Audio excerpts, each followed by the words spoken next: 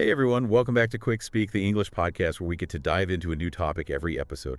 And today we're talking about something that I think is pretty relevant to, well, everyone listening.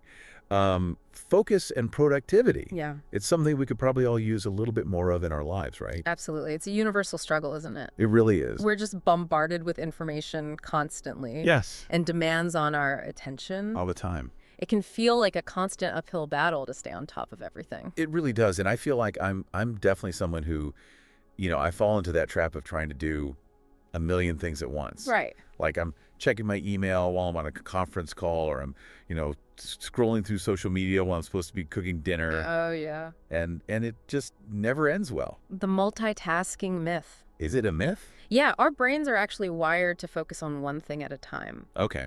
So when we try to do multiple things at once, especially complex tasks, we're not actually becoming more efficient.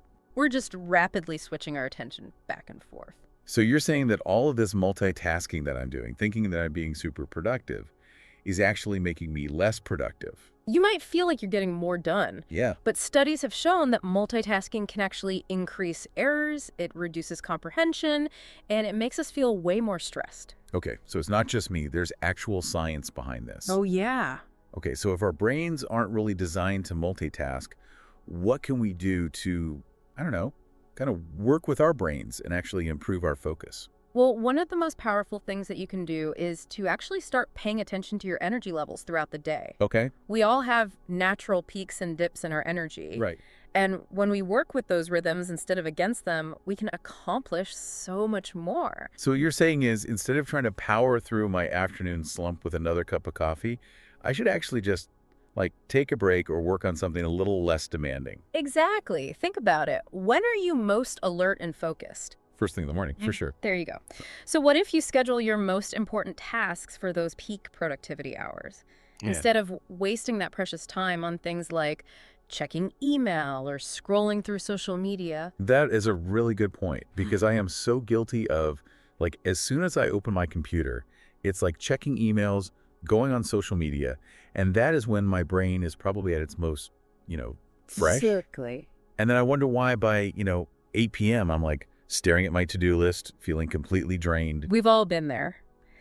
But when you start to pay attention to your natural energy cycles, and then you plan your day accordingly, you might be surprised by how much more you can accomplish and how much more energized you feel at the end of the day. Okay, that makes a lot of sense. Yeah. So we've talked about multitasking, we've talked about managing our energy, but what about all the external distractions that are kind of everywhere these days? I mean, let's be real, our phones, our computers, there's constantly something beeping, buzzing, trying to get our attention. Ah, yes, notifications. The worst. The bane of the modern worker's existence. Right. It's like our brains are constantly being interrupted by these little pings and buzzes. Yes. And it's incredibly disruptive to our focus. It's so true. Think about it. Every time you hear that notification sound, Yeah. your brain has to switch gears, reorient itself, and then try to refocus on whatever you were doing. Right, it takes you out of the moment. Exactly. That constant context switching takes a toll. And then before you know it, you've just fallen down this rabbit hole of social media or news headlines, and you're like, wait, what was I doing again? Exactly. It's like our brains are wired to crave those little dopamine hits that we get from those notifications. Totally. But it's a recipe for distraction and procrastination. So what is the solution there? Do we all need to throw away our phones and go on a digital detox? Well, it doesn't have to be that extreme. Okay. Small changes can make a big difference. Like what? Try turning off notifications for non-essential apps during work hours, or designate specific times to check email and social media so you're not constantly being interrupted. Okay. You might even consider using website blockers or app timers to limit your access to distracting websites and apps. I love that, the idea of setting boundaries Yes. with technology, because Exactly. it is so easy to let it kind of take over our lives if we're not careful. Absolutely. It's all about being intentional with our technology use and creating habits that support our focus and productivity rather than hindering them. Okay, so it's all about being mindful and intentional. Yeah. We've been talking a lot about these external distractions. Right. But what about the distractions that come from within? Like that inner voice that's constantly chattering away, being like, You're not good enough. You're not working fast enough. The inner critic. Yeah. We all have one. Ugh, And it can be a real productivity killer. it's the worst. It's that voice that tells you, you're not good enough, you're not working fast enough, you're gonna fail. Oh, I know that voice so well. It's Yeah. like always there lurking, waiting to pounce on, like any little insecurity or doubt. Exactly. And the more you listen to that voice, Yeah. the louder it gets. Oh, no, for sure. But the good news is, you don't have to let it control you. Okay.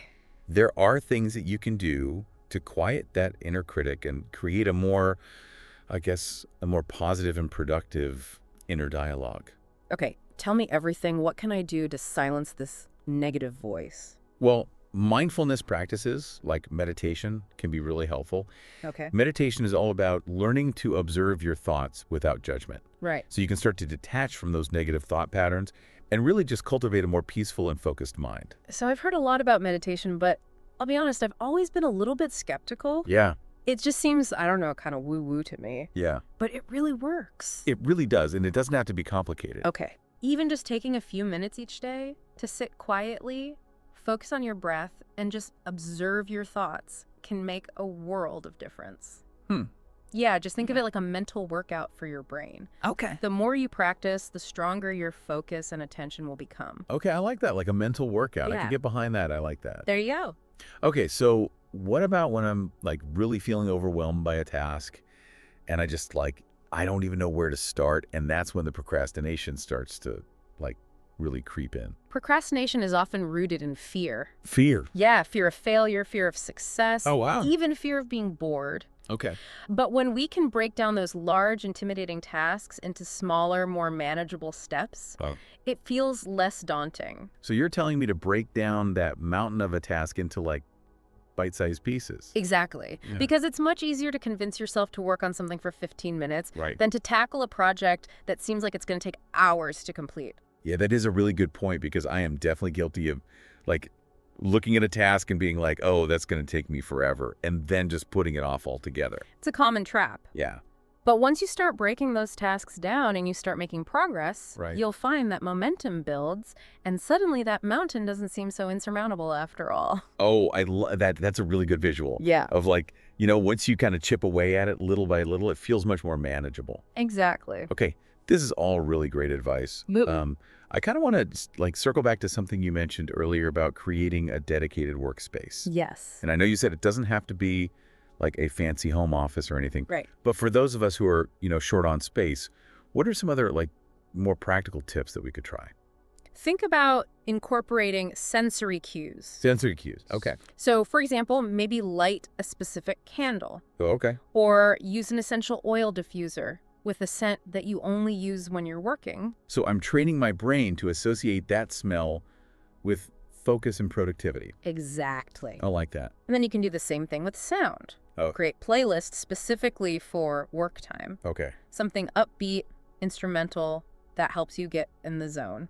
I love that these are such simple but effective ideas. I'm already thinking about all the different like scents and sounds I can use to like create my perfect little productivity zone. Have fun with it. It's all about experimenting and finding what works best for you. Right, exactly, because we're all different. Exactly. It really is amazing how much our environment can impact our focus, even in those little ways that we don't always think about. Absolutely. And speaking of environment, let's talk about another aspect that I think often gets overlooked, and that's the visual clutter in our workspace.